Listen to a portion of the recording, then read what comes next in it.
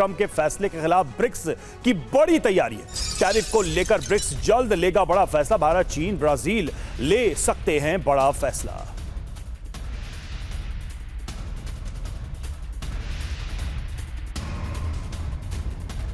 तो चलिए अब समझते हैं कि ट्रंप के टैरिफ वॉर पर कैसे ब्रिक्स देश कर सकते हैं वार। ब्रिक्स की रणनीति, ट्रंप को इससे बड़ा झटका लग सकता है। क्या हो सकता है?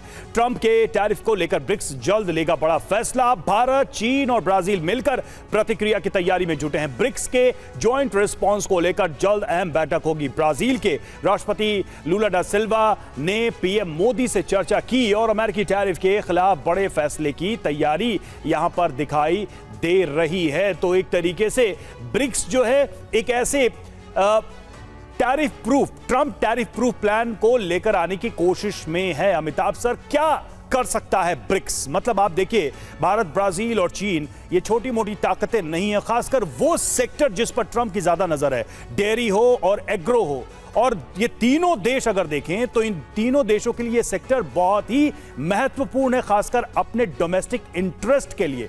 क्या योजना हो सकती है ब्रिक्स की? देखिए, इस समय जो ब्रिक्स की योजना हो सकती है कि वो अपना internal consumption within BRICS बढ़ाए। यानी हम ब्राजील को बेचें, ब्राजील चीन को बेचे, चीन भारत को बेचे, एक इस तरह का संबंध बनाया जाए।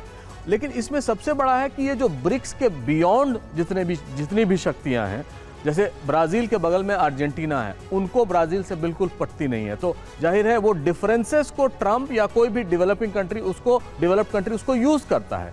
और उसी जिस तरह एकजुट वेस्ट रहता है, उस तरह ब्रिक्स के लोग नहीं एकजुट हो पाते। और इसका फायदा पूरी तरह से ये व्यवस्था जो अमेरिका ने शुरू की है उसका फायदा उठाएंगे। लेकिन यहां पर मैं ये भी बता दूं कि ब्रिक्स अगर ये चाहे भी कि वो टैरिफ से उनसे लड़ जाए, तब भी ब्रिक्स में एकजुटता नहीं होगी, क्योंकि अभी चीन का जो फाइनल टैरिफ आना है वो अभी तक आया नहीं। अभी एक दिन पहले ग्लोबल टाइम्स में जो एक चित्र छपा था एलिफेंट और ड्रैगन का, और फिर उसमें बड़े पॉजिटिव तरीके से कहा गया था कि हाथ मिलाएं और साथ आए।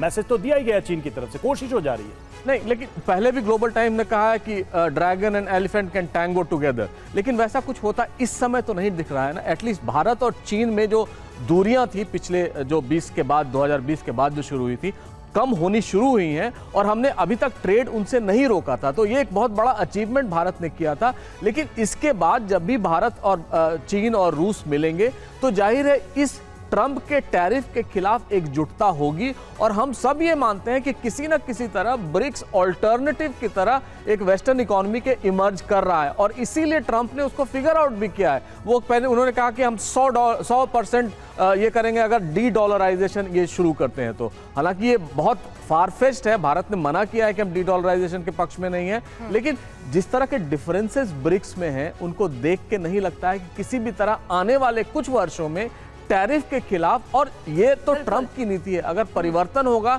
तो क्या जो उनके सक्सेसिव रिजीम होंगे दूसरे सर, वो देखने वाली बात रहेगी कि अगर ऐसा होता है तो क्या अमेरिका को नुकसान होगा।